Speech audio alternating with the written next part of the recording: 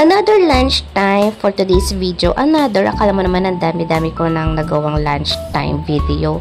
Anyways, eto gumawa pala ako ng pork chop. Pork steak. Pero hindi naman pork chop yung aking parte ng baboy na Para siyang mga liempo na may something na bones pa. Anyway, ayan na nga. Kasi magla-lunch na yung mga bunakis ko sa school. So, kailangan bilis-bilisan natin yung pagluluto, paglilinis, pagliligpit, lahat-lahat na, pati pagwawalis.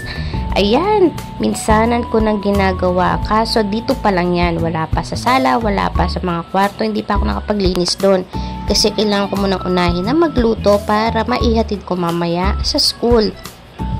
Anyway, ayan, meron akong tanim hindi, yung biyanan ko, tanim niya yan, sili. So, dadagdagan natin ng konti yung pork steak natin or bistig Tagalog yata yun. Oo, yun ng konting kick mula sa siling demonyo. Siling demonyo daw yun kasi sobrang anghang, pero hindi naman. Ayan, pagkatapos ng lahat-lahat, tinimpla ko na lang. Kanya-kanyang version lang naman tayo. Kanya-kanyang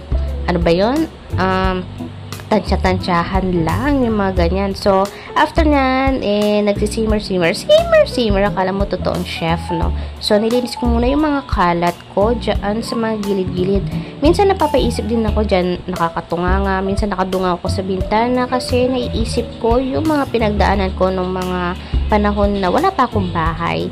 Kung kani-kanino, hindi naman. Parang minsan sa buhay ko, napaalis ako, na-eliminate ako sa bahay ni Kuya. Charot, doon sa amin. Kasi doon na tumira yung dalawang kapatid ko. So, kaming mag-asawa, nalipat dito sa side niya. So, buti na lang merong mga bakante pang lupa dito palapit sa kanila. So, nakapagpatayo ng bahay.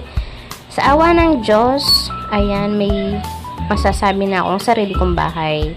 Kaya sa lahat ng mga nangangarap magkabahay dyan, tuloy-tuloy nyo lang ang mangarap. Huwag mangarap, dagdagan ng sipag at tiyaga. Amen!